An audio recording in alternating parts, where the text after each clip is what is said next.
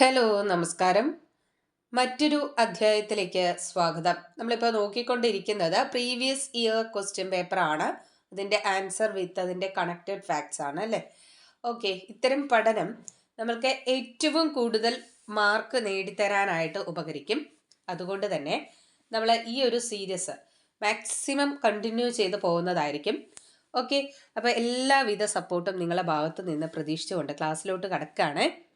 2021 നടന്ന ക്വസ്റ്റ്യൻ പേപ്പറിലെ കുറച്ച് ചോദ്യങ്ങളും വിശകലനവുമാണ് ഈ ക്ലാസ്സിൽ പഠിക്കാനായിട്ട് പോകുന്നത്. നോക്കാം ചോദ്യം. ബ്രിട്ടീഷുകാരുടെ നികുതി വ്യവസ്ഥയെ ചോദ്യം ചെയ്ത കലാപത്തിൽ പങ്കെടുത്ത ഗോത്ര വിഭാഗക്കാർ ആരെല്ലാമാണ്? ബ്രിട്ടീഷുകാരുടെ നികുതി വ്യവസ്ഥയെ ചോദ്യം ചെയ്ത കലാപത്തിൽ പങ്കെടുത്ത ഗോത്ര വിഭാഗക്കാരാണ് കുറിച്യർ കുറുമ്പർ. ആരൊക്കെയാണ്? കുറിച്യരും കുറുമ്പരും. ബ്രിട്ടീഷുകാർ നേരിട്ട പ്രധാന ഗോത്ര കലാപമാണ് കുറിച്യ ലഹള. ബ്രിട്ടീഷുകാർ നേരിട്ട പ്രധാന ഗോത്ര കലാപം കുറിച്യ ലഹളയാണ്. കുറിച്യ ലഹള നടന്നത് 1812. പഴശ്ശി സൈന്യത്തിൽ പ്രധാനിയായിരുന്ന കുറിച്യനും കുറുമ്പനും ഉൾപ്പെട്ട സമരമായിരുന്നു കുറിച്യ ലഹള. ഈ കുറിച്യ ലഹള നടന്ന ജില്ല വയനാടാണ്. ദക്ഷിണേന്ത്യയിൽ നടന്ന ഏക ഗിരിവർഗ കലാപം. നേതാക്കൾ രാമനമ്പി, ആയിരം വീട്ടിൽ കോന്തപ്പൻ, വെൺകലോൽ കീഴു. നികുതി ഏർപ്പെടുത്തിയ ബ്രിട്ടീഷ് ഉദ്യോഗസ്ഥനാണ് തോമസ് വാർഡൻ. അപ്പോൾ എങ്ങനെ അത് കണക്ട് ചെയ്യാം? നികുതി ഏർപ്പെടുത്തിയ ബ്രിട്ടീഷ് ഉദ്യോഗസ്ഥൻ നമ്മളെ ഗ്രാമങ്ങളിലാണ് ആളുകൾ ഇങ്ങനെ തിങ്ങിപ്പാർക്കുക അല്ലേ? ഇത് കുറിച്യര് താമസിച്ചിരുന്നത് വാർഡായിട്ടാണെന്ന് കണക്ട് ചെയ്ത് വെക്കുക. Thomas warden. നികുതി ഏർപ്പെടുത്തിയ ബ്രിട്ടീഷ് ഉദ്യോഗസ്ഥൻ തോമസ് വാർഡനാണ്. മുദ്രാവാക്യം വട്ടത്തൊപ്പിക്കാരെ പുറത്താക്കുക. മുദ്രാവാക്യം വട്ടത്തൊപ്പിക്കാരെ പുറത്താക്കുക. ഇത് വളരെ ഇമ്പോർട്ടൻ്റ് ആണ്. ഒരുപാട് തവണ ചോദിച്ചിട്ടുണ്ട്. ഓക്കെ, PYQ ആണ്. അപ്പോൾ വട്ടത്തൊപ്പിക്കാരെ പുറത്താക്കുക എന്ന മുദ്രാവാക്യം ആരുമായി ബന്ധപ്പെട്ടിരിക്കുന്നു? ആരുമായിട്ടാണ്? കുറിച്യലഹളയുമായി ബന്ധപ്പെട്ടിരിക്കുന്നു. ഓക്കെ, അടുത്ത ക്വസ്റ്റ്യൻ. സർക്കാർ ജോലികളിൽ തിരുവിതാംകൂറുകാർക്ക് മതിയായ പ്രാതിനിധ്യം ആവശ്യപ്പെട്ടുകൊണ്ട് നടന്ന സംഭവമേത്? സർക്കാർ ജോലികളിൽ തിരുവിതാംകൂറുകാർക്ക് മതിയായ പ്രാതിനിധ്യം ആവശ്യപ്പെട്ടുകൊണ്ട് നടന്ന സംഭവം ഏതാണ്? മലയാളി മെമ്മോറിയൽ. മലയാളം മെമ്മോറിയൽ സമർപ്പിച്ചത് 1891 ജനുവരി 1. മലയാളി മെമ്മോറിയൽ സമർപ്പിച്ചത് എന്നാണ്? 1891 ജനുവരി 1. മലയാളി മെമ്മോറിയൽ എഴുതി തയ്യാറാക്കിയത് CV രാമൻ പിള്ള. മലയാളി മെമ്മോറിയൽ എഴുതി തയ്യാറാക്കിയത് CV രാമൻ പിള്ള. മലയാളി മെമ്മോറിയലിന്റെ പിന്നിൽ പ്രവർത്തിച്ച സാഹിത്യകാരനാണ് CV രാമൻ പിള്ള. മലയാളി മെമ്മോറിയലിന് നേതൃത്വം നൽകിയത് GP പിള്ളയാണ്. ഈ സമയത്തെ ദിവാനായിരുന്നു T രാമറാവു. ഇതിനെക്കുറിച്ച് CV രാമൻ പിള്ള ലേഖനങ്ങൾ എഴുതിയ പത്രമാണ് മിതഭാഷി. അപ്പോൾ ഈ മലയാളി മെമ്മോറിയലിനെ കുറിച്ച് ലേഖനങ്ങൾ എഴുതിയത് ആരാണ്? CV രാമൻ പിള്ളയാണ്. എഴുതിയ പത്രം മിതഭാഷി. മലയാളി മെമ്മോറിയൽ ആദ്യമായി ഒപ്പുവെച്ചത് KP ശങ്കരമേനോൻ. ആരാണ്? KP ശങ്കരമേനോൻ. രണ്ടാമതായി ഒപ്പുവെച്ചത് GP പിള്ളയാണ്. മൂന്നാമതായി ഒപ്പുവെച്ചത് ഡോക്ടർ പൽപ്പു ആണ്. തിരുവിതാംകൂറിൽ ഈഴവർക്ക് സ്കൂളുകളിലും സർക്കാർ ഉദ്യോഗങ്ങളിലും പ്രാതിനിധ്യം ലഭിക്കുന്നതിന് വേണ്ടി ശ്രീമൂലം തിരുനാളിന് സമർപ്പിച്ച നിവേദനമാണ് ഈഴവ മെമ്മോറിയൽ. വർഷം 1896. ഈഴവ മെമ്മോറിയലിന് നേതൃത്വം നൽകിയത് ഡോക്ടർ പൽപ്പു ആണ്. രണ്ടാം ഈഴവ മെമ്മോറിയൽ സമർപ്പിക്കപ്പെട്ടത് കേഴ്സൺ പ്രഭുവിനാണ്. വർഷം 1900. രണ്ടാം ഈഴവ മെമ്മോറിയൽ സമർപ്പിച്ചത് കേഴ്സൺ പ്രഭുവിന് 1900. അന്നത്തെ ദിവാനായിരുന്നു ശങ്കര സുബ്ബയ്യ. അന്നത്തെ ദിവാൻ ആരായിരുന്നു? ശങ്കര സുബ്ബയ്യ. ന്യൂനപക്ഷ വിഭാഗങ്ങൾക്ക് സംവരണം ലഭിക്കുന്നതിനായി നടന്ന പ്രക്ഷോഭമാണ് നിവർത്തന പ്രക്ഷോഭം. നിവർത്തന പ്രക്ഷോഭം അങ്ങനെ കണക്ട് ചെയ്യാം. ന്യൂനപക്ഷ വിഭാഗങ്ങൾക്ക് സംവരണം ലഭിക്കുന്നതിനായി നടന്ന പ്രക്ഷോഭമാണ് നിവർത്തന പ്രക്ഷോഭം. നിവർത്തന പ്രക്ഷോഭത്തിന് പിന്നിൽ പ്രവർത്തിച്ച സംഘടനയാണ് സംയുക്ത രാഷ്ട്രീയ സമിതി. ഏതാണ്? സംയുക്ത രാഷ്ട്രീയ സമിതി. നിവർത്തന പ്രക്ഷോഭം എന്ന വാക്ക് നിർദ്ദേശിച്ചത് IC ചാക്കോ ആണ്. നിവർത്തന പ്രക്ഷോഭം എന്ന വാക്ക് നിർദ്ദേശിച്ചത് IC Chacko. Thiruvithamkoor public service commission 1936 രൂപം കൊള്ളാൻ കാരണമായ പ്രക്ഷോഭമാണ് നിവർത്തന പ്രക്ഷോഭം. തിരുവിതാംകൂർ പബ്ലിക് സർവീസ് കമ്മീഷൻ 1936 രൂപം കൊള്ളാൻ കാരണമായ പ്രക്ഷോഭമാണ് നിവർത്തന പ്രക്ഷോഭം. Thiruvithamkoor public service commission Kerala public service കമ്മീഷനായത് 1956. KPSC കേരള PSC ആയത് ഏത് വർഷമാണ്? 1956.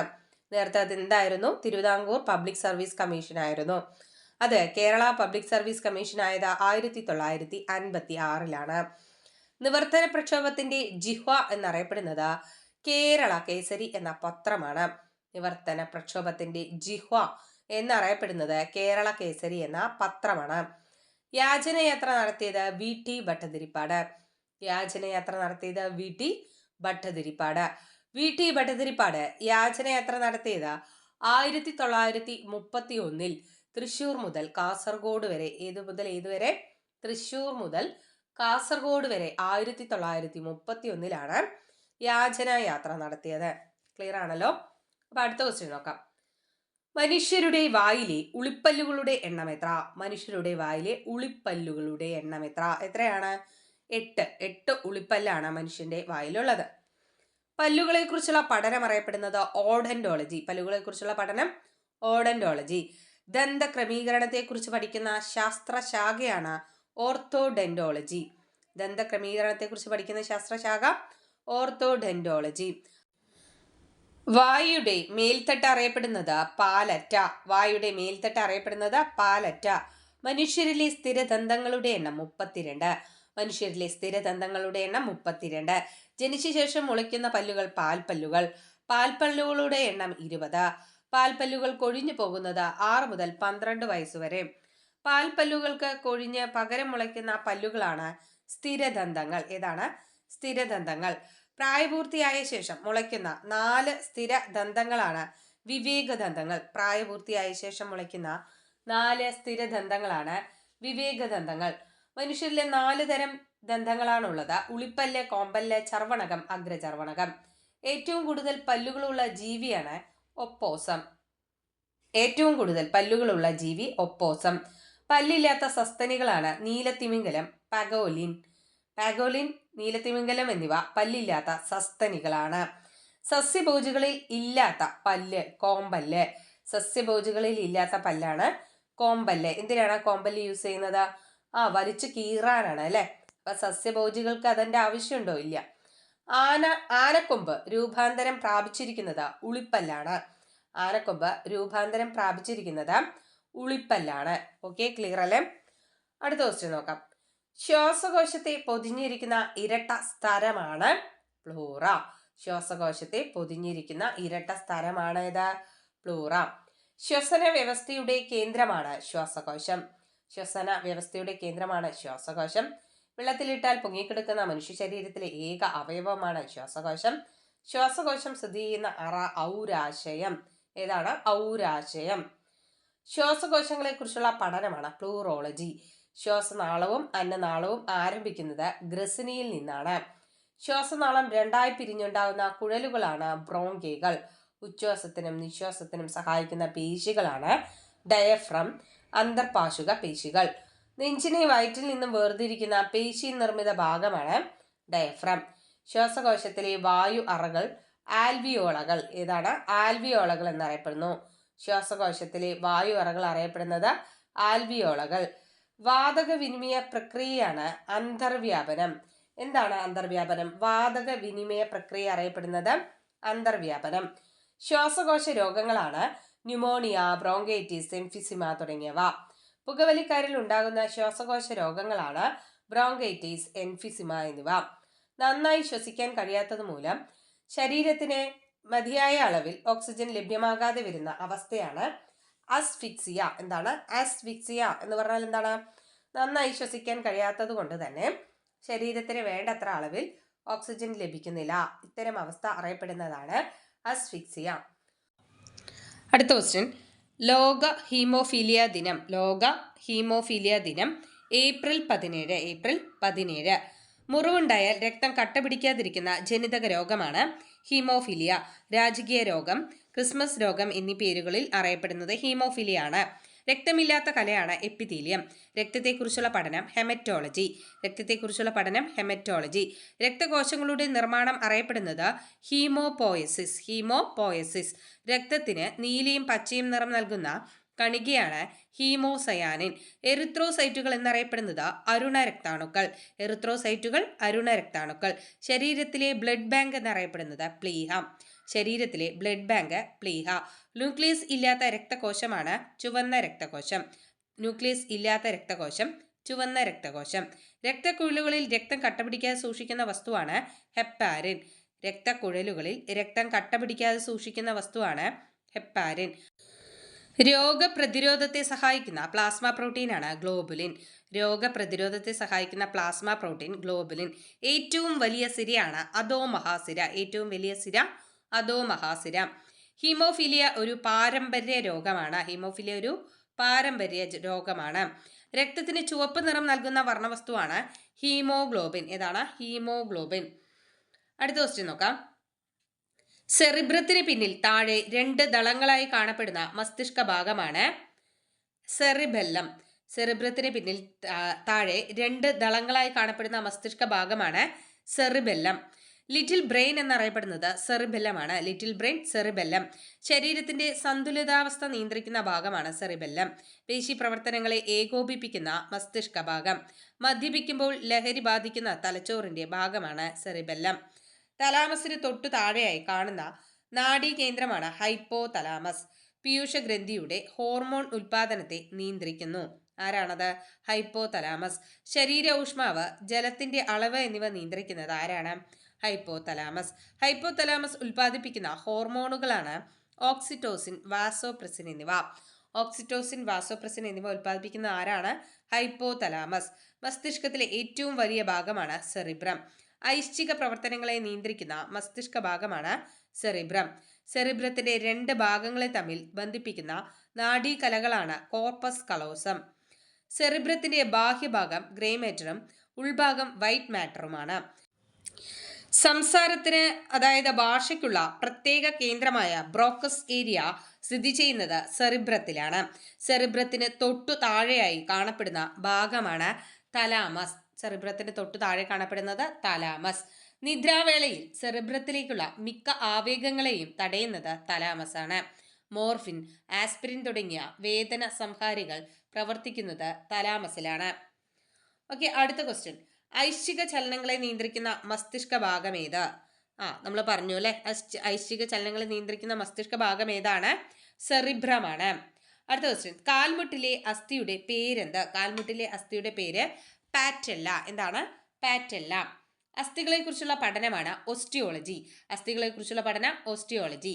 അസ്ഥികൾ നിർമ്മിക്കപ്പെട്ടിരിക്കുന്ന കോശങ്ങൾ ഓസ്റ്റിയോബ്ലാസ്റ്റുകൾ. അസ്ഥികൾ നിർമ്മിക്കപ്പെട്ടിരിക്കുന്ന കോശങ്ങളാണ് ഓസ്റ്റിയോബ്ലാസ്റ്റുകൾ. അസ്ഥികളിൽ ഏറ്റവും കൂടുതൽ കാണപ്പെടുന്ന സംയുക്തമാണ് കാൽസ്യം ഫോസ്ഫേറ്റ്. അസ്ഥികളിൽ ഏറ്റവും കൂടുതൽ കാണപ്പെടുന്ന സംയുക്തം കാൽസ്യം ഫോസ്ഫേറ്റ്. അസ്ഥികളിൽ ഏറ്റവും കൂടുതൽ അടങ്ങിയിരിക്കുന്ന ലോഹമൂലകമാണ് കാൽസ്യം. അസ്ഥികളിൽ ഏറ്റവും കൂടുതൽ അടങ്ങിയിരിക്കുന്ന ലോഹമൂലകം കാൽസ്യം. മനുഷ്യ ശരീരത്തിലെ അസ്ഥികളുടെ എണ്ണം 206. മനുഷ്യ ശരീരത്തിലെ അസ്ഥികളുടെ എണ്ണം 206. അസ്ഥിയിൽ അടങ്ങിയിരിക്കുന്ന ജലത്തിന്റെ അളവ് 25%. മനുഷ്യ ശരീരത്തിലെ ഏറ്റവും വലിയ അസ്ഥിയാണ് ഫീമർ അഥവാ തുടയല്. ഏറ്റവും ചെറിയ അസ്ഥി സ്റ്റേപ്പീസ്. നട്ടിലിലെ ആദ്യ കശേരു അറ്റ്ലസ്. നട്ടിലിലെ അവസാനത്തെ കശേരു കോക്സിസ്. ഇതാണ് കോക്സിസ്. എല്ലിന്റെയും പല്ലിന്റെയും ആരോഗ്യത്തിന് ഏറ്റവും അത്യാവശ്യമായ ജീവകമാണ് ജീവകം ഡി. കൈയിലെ പ്രധാന അസ്ഥികൾ റേഡിയസ് അൾന. കൈയിലെ പ്രധാന അസ്ഥികൾ റേഡിയസ് അൾന. കാൽ വണ്ണയിലെ അസ്ഥികളാണ് ടിബിയ, ഫിബുല. ഒരുപാട് തവണ ചോദിച്ചിട്ടുണ്ട്, വളരെ ഇമ്പോർട്ടൻ്റ് ആണ്. ശരീരത്തിലെ ഏത് ഭാഗത്തെ അസ്ഥിയാണ് അറ്റ്ലസ്? നട്ടെല്ല്. ശരീരത്തിലെ ഏത് ഭാഗത്തെ അസ്ഥിയാണ് അറ്റ്ലസ്? നട്ടെല്ല്. ഓക്കെ, ക്ലിയർ അല്ലേ? അപ്പോൾ നമ്മൾ അടുത്ത ക്വസ്റ്റ്യൻ നോക്കാം. അടുത്ത ക്വസ്റ്റ്യൻ. ക്യാരറ്റിൽ ധാരാളമായുള്ള ബീറ്റ കരോട്ടിൻ എവിടെ വെച്ചാണ് വിറ്റമിൻ എ ആയി മാറുന്നത്? ക്യാരറ്റിൽ ധാരാളമായുള്ള ബീറ്റ കരോട്ടിൻ എവിടെ വെച്ചാണ് വിറ്റമിൻ എ ആയി മാറുന്നത്? എവിടെ വെച്ചാണ്? കരളിൽ വെച്ച്. എവിടെ വെച്ച്? കരളിൽ വെച്ച്.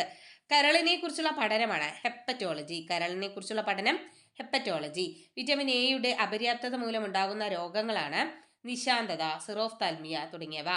ജീവകം എയുടെ രാസനാമം റെറ്റിനോൾ.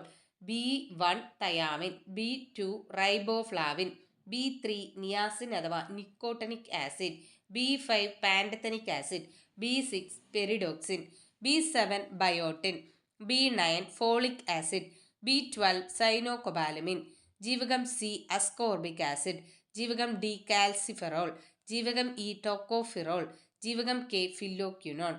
ഒന്നുകൂടെ പറയാം. ജീവകം എയുടെയും മറ്റ് ജീവകം B1 B2 അങ്ങനെ തുടങ്ങി B12 വരെയുള്ള ജീവകങ്ങളുടെയും രാസനാമങ്ങളാണ്. നോക്കാം. ജീവകം എ അറിയപ്പെടുന്നത് റെറ്റിനോൾ. ജീവകം എ റെറ്റിനോൾ. കണ്ണിൻ്റെ കാഴ്ചയ്ക്ക് ഏറ്റവും അത്യാവശ്യം എന്താണ്? ജീവകം എ ആണ് അല്ലേ. അപ്പം നമ്മുടെ റെറ്റിന കണ്ണിലല്ലേ ഉള്ളത്, അങ്ങനെ കണക്ട് ചെയ്യാം. അപ്പം ജീവകം എ റെറ്റിനോൾ. B1 തയാമിൻ, ജീവകം B1 thiamine, B2 riboflavin, B3 niacin, B5 pantothenic acid, B6 pyridoxine, B7 biotin, B9 folic acid, B12 cyanocobalamin. അടുത്ത ജീവകം സി ആണ് അസ്കോർബിക് ആസിഡ്, ജീവകം ഡി കാൽസിഫെറോൾ, ജീവകം ഇ ടോക്കോഫിറോൾ, ജീവകം കെ ഫില്ലോക്യുനോൺ. അടുത്തത് steroid vitamin എന്നറിയപ്പെടുന്നത് ജീവകം ഡി ആണ്. സ്റ്റിറോയിഡ് വിറ്റമിൻ എന്നറിയപ്പെടുന്നത് ജീവകം ഡി. ബ്യൂട്ടി വിറ്റമിൻ എന്നറിയപ്പെടുന്നത് ജീവകം ഇ ആണ്. ഹോർമോൺ വിറ്റാമിൻ എന്നറിയപ്പെടുന്നതും വിറ്റാമിൻ ഇ ആണ്.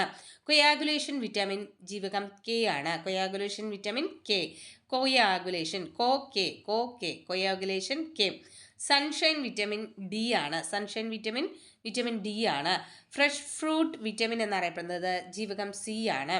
വൈറ്റമിൻ എ നിശാന്തത, സിറോത്തൽമിയ എന്നിവ ഉണ്ടാവുന്നു വൈറ്റമിൻ എയുടെ അപര്യാപ്തത മൂലം. അതുപോലെ B1ന്റെ അപര്യാപ്തത, വിറ്റാമിൻ B1ന്റെ അപര്യാപ്തത മൂലം ഉണ്ടാകുന്ന രോഗമാണ് ബെറിബെറി. B3യുടെ അപര്യാപ്തത പെല്ലിഗ്ര, B9 ആണെങ്കിൽ വിളർച്ച, സിയുടെ അപര്യാപ്തത സ്കർവി, ഡിയുടെ അപര്യാപ്തത കണ, കെയുടെ അപര്യാപ്തത രക്തസ്രാവം, ഇയുടെ അപര്യാപ്തത വന്ധ്യത എന്നിവയ്ക്ക് കാരണമാകുന്നു. അപ്പം എന്താണ് ഇനി അപര്യാപ്തത വിറ്റമിനുകളും അതുപോലെ അപര്യാപ്തത രോഗങ്ങളുമാണ് പറയുന്നത്. എയുടെ അപര്യാപ്തത മൂലം ഉണ്ടാകുന്ന നിശാന്തത സിറോഫ്തൽമിയ, B1 ബെർബെറി, B3 പെല്ലഗ്രം, B9 വിളർച്ച, സി സ്കർവി, ഡി കണ, കെ രക്തസ്രാവം, ഇ വന്ധ്യത. ക്ലിയർ ആണോ? ഓക്കെ. അപ്പോൾ അടുത്ത ക്വസ്റ്റ്യൻ നോക്കാം.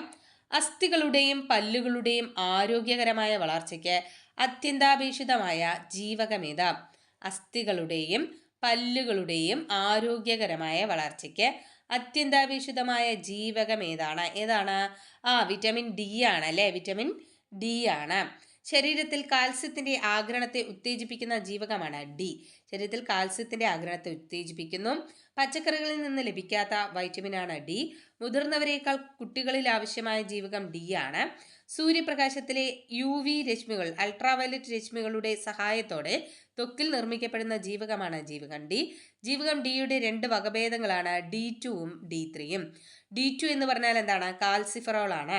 D3 കോൾ കാൽസിഫെറോൾ ആണ് എന്ത്? D3. അപ്പോൾ D2 എന്താണ്? Calciferol. D3 cholecalciferol. Anti cancer vitamin എന്നറിയപ്പെടുന്നത് വിറ്റാമിൻ സി ആണ്. വിറ്റാമിൻ സി ആണ്. ശരീരത്തിലെ ഇരുമ്പിന്റെ ആഗിരണത്തെ ഉത്തേജിപ്പിക്കുന്ന ജീവകമാണ് വിറ്റമിൻ സി. ശരീരത്തിലെ ഇരുമ്പിന്റെ ആഗിരണത്തെ ഉത്തേജിപ്പിക്കുന്ന ജീവകം ഏതാണ്? വിറ്റമിൻ സി ആണ്. അസ്കോർബിക് ആസിഡ് എന്നറിയപ്പെടുന്നത് ജീവകം സി ആണ്. ജീവകം സി ആണ്. ജലത്തിൽ ലയിക്കുന്ന വിറ്റാമിനുകളാണ് വിറ്റമിൻ ബി സി എന്നിവ ജലത്തിൽ ലയിക്കുന്നു. കൃത്രിമമായി നിർമ്മിച്ച ആദ്യ ജീവകമാണ് ജീവകം സി. മുറിവുണങ്ങാൻ കാലതാമസം എടുക്കുന്നത് ഏത് ജീവകത്തിന്റെ അപര്യാപ്തതയാണ്? സിയുടെ. ഓറഞ്ച്, നാരങ്ങ, നെല്ലിക്ക എന്നിവയിൽ നിന്ന് ലഭിക്കുന്ന ജീവകമാണ് ജീവകം സി. രോഗപ്രതിരോധ ശേഷിക്ക് ആവശ്യമായ ജീവകം സി. രക്തം കട്ടപിടിക്കാൻ സഹായിക്കുന്ന ജീവകമാണ് ജീവകം കെ. ഇലക്കറികളിൽ നിന്നും ധാരാളം ലഭിക്കുന്ന ജീവകമാണ് ജീവകം എ. പ്രോവിറ്റമിൻ എ എന്നറിയപ്പെടുന്ന വർണ്ണവസ്തുവാണ് വൈറ്റമിൻ എ ആണ്. പാലിൽ സുലഭമായിട്ടുള്ള ജീവകമാണ് ജീവകം എ. പാലിൽ സുലഭമായി ലഭിക്കുന്ന ജീവകം ഏതാണ്? ജീവകം എ. വൈറ്റമിൻ എയുടെ കുറവ് മൂലം ഉണ്ടാകുന്ന രോഗങ്ങളാണ് നിശാന്തത, മാലക്കണ്ണ് തുടങ്ങിയവ. ഓക്കെ, ക്ലിയർ അല്ലേ? ഓക്കെ, അടുത്ത ക്വസ്റ്റ്യൻ. കേരളത്തെ അംഗപരിമിത സൗഹാർദ്ദ സംസ്ഥാനമാക്കുക എന്ന ലക്ഷ്യത്തോടെ ആരംഭിച്ച പദ്ധതി ഏത്? കേരളത്തെ അംഗപരിമിത സൗഹാർദ്ദ സംസ്ഥാനമാക്കുക എന്ന ലക്ഷ്യത്തോടെ ആരംഭിച്ച പദ്ധതിയാണ് അനുയാത്ര. ഏതാണ്? അനുയാത്ര. ഓക്കെ, അപ്പോൾ നമുക്ക് കുറച്ച് പദ്ധതികൾ പഠിക്കാം. കേരളത്തിലെ ആദ്യ ശിശു സൗഹൃദ പോലീസ് സ്റ്റേഷനാണ് ഫോർട്ട് പോലീസ് സ്റ്റേഷൻ. 6 വയസ്സുവരെയുള്ള കുട്ടികളുടെ പോഷകാഹാരക്കുറവ് പരിഹരിക്കുക എന്ന ലക്ഷ്യത്തോടെ ആരംഭിച്ച പദ്ധതിയാണ് സംയോജിത ശിശു വികസന പദ്ധതി, ICDS എന്ന് പറയും. എന്താണ് ICDS? ക്ലീൻ ഇന്ത്യ എന്ന ലക്ഷ്യത്തോടെ 2014 ഒക്ടോബർ 2 ആരംഭിച്ച പദ്ധതിയാണ് സ്വച്ഛ് ഭാരത് മിഷൻ. എന്താണ് സ്വച്ഛ് ഭാരത് മിഷൻ? എന്താണ് വയോമിത്രം പദ്ധതി? 65 വയസ്സിന് മുകളിൽ പ്രായമുള്ള മുതിർന്ന പൗരന്മാർക്ക് മൊബൈൽ ക്ലിനിക്കിലൂടെ സൗജന്യ ചികിത്സ, സൗജന്യ മരുന്ന് എന്നിവ നൽകുന്ന ആരോഗ്യ സുരക്ഷാ പദ്ധതിയാണ് വയോമിത്രം. ഇന്ദ്രധനുഷ്. എന്താണ് ഇന്ദ്രധനുഷ്? പൊതുമേഖലാ ബാങ്കുകളുടെ പ്രവർത്തനം മെച്ചപ്പെടുത്തുന്നതിനായി കേന്ദ്ര സർക്കാർ ആവിഷ്കരിച്ച പദ്ധതിയാണ് ഇന്ദ്രധനുഷ്. ഓക്കെ, ക്ലിയർ അല്ലേ? ഇപ്പം നമ്മൾ അടുത്തൊരു ക്വസ്റ്റ്യൻ നോക്കുകയാണ്. ഹരിതഗൃഹ വാതകങ്ങൾക്ക് ഉദാഹരണമല്ലാത്തത് ഏത്? ഹരിതഗൃഹ വാതകങ്ങൾക്ക് ഉദാഹരണമല്ലാത്തത് നമുക്ക് എന്താ ഓപ്ഷനിൽ തന്നിരിക്കുന്നത്? Carbon dioxide, methane, ozone, nitrogen. അപ്പോൾ ഈ മൂന്നും എന്ത് തന്നെയാണ്? ഹരിതഗൃഹ വാതകങ്ങൾ തന്നെയാണ്. കാർബൺ ഡയോക്സൈഡ്, മീഥേൻ, ഓസോൺ എന്നിവ ഹരിതഗൃഹ വാതകങ്ങളാണ്. എന്നാൽ നൈട്രജൻ എന്തല്ല? ഒരു ഹരിതഗൃഹ വാതകമല്ല. അന്തരീക്ഷത്തിലെ താപനില വർദ്ധിപ്പിക്കുന്ന വാതകങ്ങൾ അറിയപ്പെടുന്നതാണ് ഹരിതഗൃഹ വാതകങ്ങൾ. അപ്പോൾ എന്താണ് ഹരിതഗൃഹ വാതകങ്ങൾ? അന്തരീക്ഷത്തിലെ താപനില വർദ്ധിപ്പിക്കുന്ന വാതകങ്ങളാണ് ഹരിതഗൃഹ വാതകങ്ങൾ. ഹരിതഗൃഹ പ്രഭാവം കണ്ടുപിടിച്ചത് ജോസഫ് ഫോറിയർ ആണ് ഹരിതഗൃഹ പ്രഭാവം കണ്ടുപിടിച്ചത്. പ്രധാന ഹരിതഗൃഹ വാതകങ്ങളാണ് methane, ozone, carbon dioxide, CFC അഥവാ ക്ലോറോഫ്ലോറോ കാർബൺ, നൈട്രസ് ഓക്സൈഡ് എന്നിവ. ആഗോള താപനത്തിന് കാരണമാവുന്ന ഹരിതഗൃഹ വാതകങ്ങൾ പുറത്തുവിടുന്നത് നിയന്ത്രിക്കാനായി നിലവിൽ വന്ന കരാറാണ് ക്യോട്ടോ പ്രോട്ടോകോൾ. ക്യോട്ടോ പ്രോട്ടോകോൾ ഒപ്പുവെച്ചത് 1997 ക്യോട്ടോ ഉടമ്പടി നിലവിൽ വന്നത് 2005 ഫെബ്രുവരി 16. ലോകത്തെ ഏറ്റവും കൂടുതൽ ഹരിതഗൃഹ വാതകങ്ങൾ പുറത്തുവിടുന്ന രാജ്യമാണ് അമേരിക്ക. ക്യോട്ടോ പ്രോട്ടോകോൾ അംഗീകരിക്കാത്ത രാജ്യമാണ് അമേരിക്ക.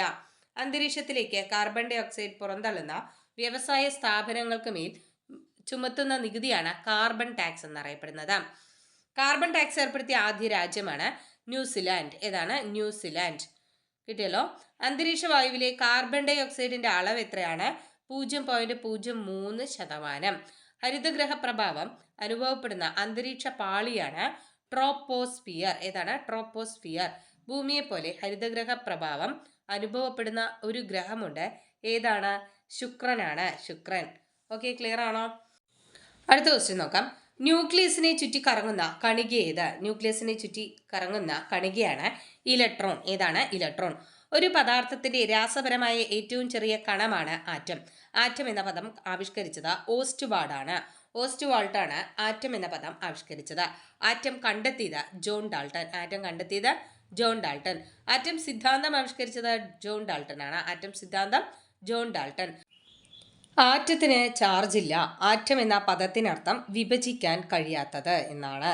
മൂലകങ്ങൾ ആറ്റങ്ങളാൽ നിർമ്മിതമാണെന്ന് തെളിയിച്ചത് ജോൺ ഡാൾട്ടൺ ആണ്. മൂലകങ്ങൾ ആറ്റങ്ങളാൽ നിർമ്മിതമാണ് എന്ന് തെളിയിച്ചത് ജോൺ ഡാൾട്ടൺ. ആറ്റത്തിന് ചാർജ് ലഭിക്കുന്നത് ഏത് അവസ്ഥയിലാണ്? പ്ലാസ്മാവസ്ഥയിൽ. ആറ്റത്തിന് ചാർജ് ലഭിക്കുന്നത് ഏത് അവസ്ഥയിലാണ്? പ്ലാസ്മാവസ്ഥയിൽ. ആറ്റത്തിന്റെ കേന്ദ്രം ന്യൂക്ലിയസ്. ന്യൂക്ലിയസിന്റെ ചാർജ് പോസിറ്റീവ് ചാർജ്. ആറ്റത്തിന്റെ ന്യൂക്ലിയസ് കണ്ടുപിടിച്ചതും ആറ്റത്തെ വിഭജിച്ചതും റൂദർഫോർഡ് ആണ്. ആറ്റത്തിന്റെ ന്യൂക്ലിയസ് കണ്ടുപിടിച്ചത് ആരാണ്? റൂദർഫോർഡ്. അതുപോലെ ആറ്റത്തെ വിഭജിച്ചതും റൂദർഫോർഡ് ആണ്. ചാർജുള്ള ആറ്റങ്ങളാണ് അയോണുകൾ. ചാർജുള്ള ആറ്റങ്ങൾ അറിയപ്പെടുന്നത് അയോണുകൾ. ആറ്റത്തിലെ മൗലിക കണങ്ങളാണ് പ്രോട്ടോൺ, ന്യൂട്രോൺ, ഇലക്ട്രോൺ എന്നിവ. ആറ്റത്തിലെ മൗലിക കണങ്ങൾ പ്രോട്ടോൺ, ന്യൂട്രോൺ, ഇലക്ട്രോൺ. ഒരാറ്റത്തിന്റെ ഭാരം അളക്കുന്ന യൂണിറ്റ് ആണ് അറ്റോമിക് മാസ് യൂണിറ്റ്. ഒരാറ്റത്തിന്റെ ഭാരം അളക്കുന്ന യൂണിറ്റ് ആണ് അറ്റോമിക് മാസ് യൂണിറ്റ്. ഇലക്ട്രോൺ കണ്ടുപിടിച്ചത് JJ തോംസൺ. ഇലക്ട്രോൺ കണ്ടുപിടിച്ചത് ആരാണ്? JJ Thomson. പ്രോട്ടോൺ കണ്ടുപിടിച്ചത് റൂദർഫോർഡ്. ആറ്റത്തിലെ പോസിറ്റീവ് ചാർജുള്ള കണമാണ് പ്രോട്ടോൺ. ഒരാറ്റത്തിലെ പ്രോട്ടോണുകളുടെ എണ്ണമാണ് അറ്റോമിക് നമ്പർ. ന്യൂക്ലിയസിലെ പ്രോട്ടോണുകളുടെയും ന്യൂട്രോണുകളുടെയും എണ്ണമാണ് മാസ് നമ്പർ. ന്യൂട്രോൺ കണ്ടുപിടിച്ചത് ജെയിംസ് ചാഡ്വിക്. ഒരാറ്റത്തിലെ ചാർജ് ഇല്ലാത്ത കണമാണ് ന്യൂട്രോൺ. ഒരു ആറ്റത്തിലെ ഏറ്റവും ഭാരം കൂടിയ മൗലിക കണമാണ് ന്യൂട്രോൺ. ഏറ്റവും ഭാരം കൂടിയ മൗലിക കണം ന്യൂട്രോൺ. വ്യത്യസ്തമായ മാസ് നമ്പറും ഒരേ അറ്റോമിക നമ്പറുള്ള ആറ്റങ്ങൾ അറിയപ്പെടുന്നത് ഐസോടോപ്പുകൾ. ഐസോടോപ്പ് കണ്ടെത്തിയത് ഫ്രെഡറിക് സോദിയാണ്. ഒരേ മാസ് നമ്പറും വ്യത്യസ്ത അറ്റോമിക സംഖ്യയുള്ള ആറ്റങ്ങളാണ് ഐസോബാറുകൾ. ഒരേ മാസ് നമ്പറും വ്യത്യസ്ത അറ്റോമിക സംഖ്യയുള്ള ആറ്റങ്ങളാണ് ഐസോബാറുകൾ. ന്യൂട്രോണുകളുടെ എണ്ണം തുല്യമായ ആറ്റങ്ങളാണ് ഐസോട്ടോണുകൾ. ന്യൂട്രോണുകളുടെ എണ്ണം തുല്യമായാൽ അവ ഐസോട്ടോണുകൾ എന്നറിയപ്പെടുന്നു. അടുത്ത ക്വസ്റ്റ്യൻ, ഇരുമ്പിന്റെ ധാതുവാണ് ഹെമറ്റേറ്റ്. ഇരുമ്പിന്റെ ധാതു ഹെമറ്റേറ്റ്. വ്യാവസായികമായി ലോഹം ഉൽപ്പാദിപ്പിക്കാൻ ഉപയോഗിക്കുന്ന ലോഹധാതുവാണ് അയിര്. അയിരിലെ മാലിന്യങ്ങളെ ഗ്യാങ് എന്ന് വിളിക്കുന്നു. ഗ്യാങ്ങിനെ നീക്കം ചെയ്യാൻ ഉപയോഗിക്കുന്ന പദാർത്ഥങ്ങളാണ് ഫ്ലക്സ്. മൂലകങ്ങളും അവയുടെ അയിരുകളും നോക്കാം. വെള്ളിയുടെ അയിരുകളാണ് പ്രോസ്റ്റേറ്റ്, അർജന്റേറ്റ്. ടിന്നിൻ്റേത് cassiterite. Uranium pitchblende. Antimony stibnite. ചെമ്പ് ചാൽക്കോപൈറേറ്റ്. അടുത്ത ക്വസ്റ്റ്യൻ, കോൾ ഗ്യാസിൽ ഏറ്റവും കൂടുതലുള്ളത് ഹൈഡ്രജൻ ആണ്. വാഷിംഗ് സോപ്പിൽ ഉപയോഗിച്ചിരിക്കുന്ന രാസസംയുക്തമാണ് സോഡിയം ഹൈഡ്രോക്സൈഡ്. Sodium hydroxide. 16ാമത്തെ ഗ്രൂപ്പിൽ ഏറ്റവും ക്രിയാശീലത കൂടിയ മൂലകമേത്? ഓക്സിജൻ. 16ാമത്തെ ഗ്രൂപ്പിൽ ഏറ്റവും ക്രിയാശീലത കൂടിയ മൂലകമാണ് ഓക്സിജൻ. ദ്രവ്യവും ഊർജവും ഒരേ അസ്തിത്വത്തിന്റെ രണ്ട് ഭിന്ന രൂപങ്ങൾ മാത്രമാണെന്ന് സമർത്ഥിച്ച ശാസ്ത്രജ്ഞനാര്? ആൽബർട്ട് ഐൻസ്റ്റീൻ ആണ്. ദ്രവ്യവും ഊർജവും ഒരേ അസ്തിത്വത്തിന്റെ രണ്ട് ഭിന്ന രൂപങ്ങൾ മാത്രമാണെന്ന് സമർത്ഥിച്ച ശാസ്ത്രജ്ഞൻ. അടുത്ത ക്വസ്റ്റ്യൻ ക്യാൻസൽഡ് ആണ്. ചലന നിയമം ആവിഷ്കരിച്ചത് ഐസക് ന്യൂട്ടൺ ആണ്. ബലത്തിന് വ്യക്തമായ നിർവചനം നൽകുന്ന ചലന നിയമമാണ് ഒന്നാം ചലന നിയമം. F=ma എന്ന നിർവചനം ലഭിക്കുന്ന ചലന നിയമം രണ്ടാം ചലന നിയമമാണ്. മൂന്നാം ചലന നിയമം ഏതാണ്? പ്രതിപ്രവർത്തനം. അല്ലെ, ഏതൊരു പ്രവർത്തനത്തിനും തുല്യവും വിപരീതവുമായ ഒരു പ്രതിപ്രവർത്തനം ഉണ്ടാവും. അതാണ് മൂന്നാം ചലന നിയമം. അടുത്തത്, എന്താണ് ജഡത്വം? ഒരു വസ്തുവിന് സ്വയം അതിന്റെ നിശ്ചലാവസ്ഥയ്ക്കോ നേർരേഖാ പാതയിലൂടെയുള്ള സമചലനത്തിനോ മാറ്റം വരുത്താനുള്ള കഴിവില്ലായ്മയാണ് ജഡത്വം അഥവാ ഇനേഷ്യ എന്നറിയപ്പെടുന്നത്. ഒരു വസ്തു യൂണിറ്റ് സമയം കൊണ്ട് സഞ്ചരിക്കുന്ന ദൂരമാണ് വേഗത. ത്വരണത്തിന്റെ യൂണിറ്റ് എന്താണ്? മീറ്റർ/സെക്കൻഡ്² ആണ്. ബലം, ചലനം, ഊർജ ഉൽപാദനത്തിന്റെ ഊർജ വിനിയോഗം എന്നിവയെക്കുറിച്ചുള്ള പഠനം അറിയപ്പെടുന്നത് മെക്കാനിക്സിന്റെ പിതാവ് ആരാണ്? ഗലീലിയോ. ചലനത്തെക്കുറിച്ചുള്ള പഠനമാണ് ഡൈനാമിക്സ്. ചലനത്തെക്കുറിച്ചുള്ള പഠനം ഏതാണ്? ഡൈനാമിക്സ്. അടുത്ത ക്വസ്റ്റ്യൻ, ന്യൂട്ടൺ എന്നത് എന്ത് അളക്കാനുള്ള ഏകകമാണ്? ബലം. ഏതിന്റെ ഏകകമാണ്? ബലം. ഒരു വസ്തുവിന്മേലുള്ള തള്ളലോ വലിവോ ആണ് ബലം എന്നറിയപ്പെടുന്നത്. ബലത്തിന്റെ CGS യൂണിറ്റ് ആണ് ഡൈൻ.